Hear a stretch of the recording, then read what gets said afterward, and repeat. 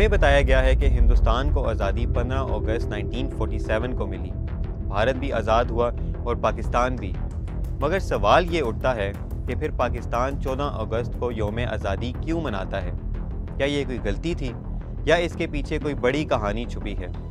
آج ہم اسی تاریخی راز سے پردہ اٹھائیں گے جو ہمیں سکولز میں بھی نہیں بتایا گیا۔ برٹش پارلیمنٹ کے انڈین انڈیپینڈنس ایکٹ 1947 کے مطابق بھارت اور پاکستان دونوں 15 اگست 1947 کو وجود میں آئے، حتیٰ کہ پاکستان کا پہلا ڈاک ٹکٹ جو 9 جولائی 1948 کو جاری ہوا، اس پر بھی تاریخ 15 اگست 1947 کی تھی۔ یہ ٹکٹ آج بھی اسٹیٹ بینک میوزیم کراچی میں موجود ہے۔ جون 1948 میں پاکستان کی کیبنٹ وزیر اعظم لیاقت علی خان کی سربراہی میں بیٹھی اور فیصلہ کیا گیا کہ پاکستان آزادی 14 اگست 1947 کو ہی منائے گا۔ اس کی دو بڑی وجوہات تھیں۔ پاکستان میں اقتدار کی منتقلی کی تقریب 14 اگست 1947 کی شام کو ہوئی۔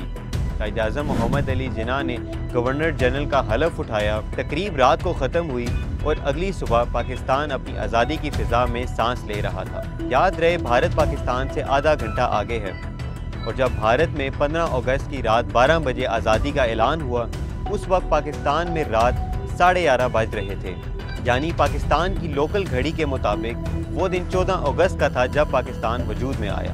لہٰذا یہ تاریخ جذباتی یا مذہبی نہیں، یہ ریئلٹی اور سائنٹیفک ریزننگ پہ مبنی ہے۔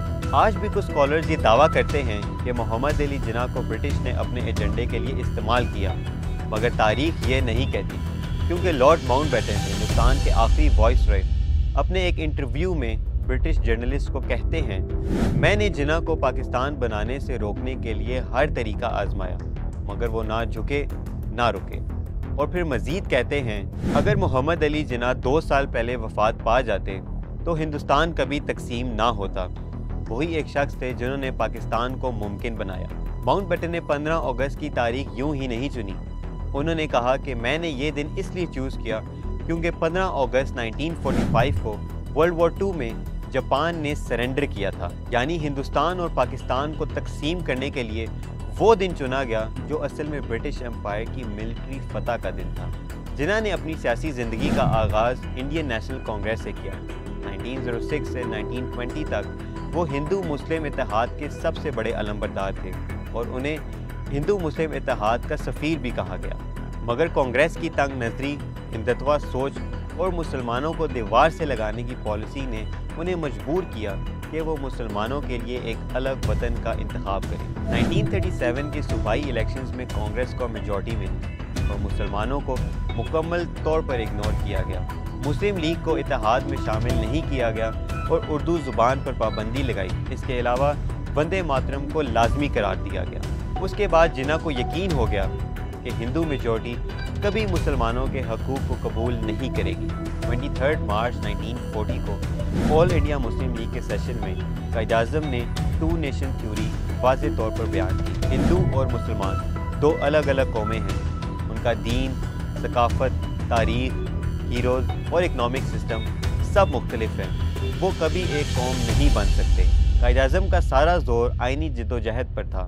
انہوں نے کبھی کسی عام موومنٹ یا وائلنس کو سپورٹ نہیں کیا۔ انہوں نے برٹش پارلیمنٹ، کانفرنسز اور قانونی رستے سے مسلم لیگ کو منوایا۔ راؤنڈ ٹیبل کانفرنس میں جناح نے بھرپور حصہ لیا۔ انہوں نے کانسٹیٹیوشن اور ریزننگ سے بات کی، نہ کہ بندوق سے۔ کانگریس لیڈرز نہرو، راجندر پرساد اور گاندھی نے لارڈ ماؤنٹ بیٹن سے درخواست کی کہ وہ بھارت کے پہلے گورنر جنرل بنے، مگر محمد علی جناح نے اس سے انکار کیا۔ انہوں نے کہا کہ ہم ایک غلامی سے نکل کر دوبارہ کسی حکومت کے نیچے نہیں جا سکتے۔ لارڈ ماؤنٹ بیٹن نے دھمکی دی کہ تمہیں پاکستان کے تمام ایسٹ سے ہاتھ دھونے پڑیں گے۔ قائد اعظم نے پاکستان کی اکانومی، ایجوکیشن اور مائنورٹیز کے مستقبل کا ویژن دیا۔ 11 اگست 1947 کی تقریر میں فرمایا، آپ سب آزاد ہیں اپنے مندروں میں جانے کے لیے، آپ سب آزاد ہیں اپنی مسجدوں میں جانے کے لیے اور کسی بھی اور عبادت گاہ میں جانے کے لیے۔ اس مملکت پاکستان میں آپ کا تعلق کسی بھی مذہب، ذات یا عقیدے سے ہو، مملکت کا اس سے کوئی سروکار نہیں۔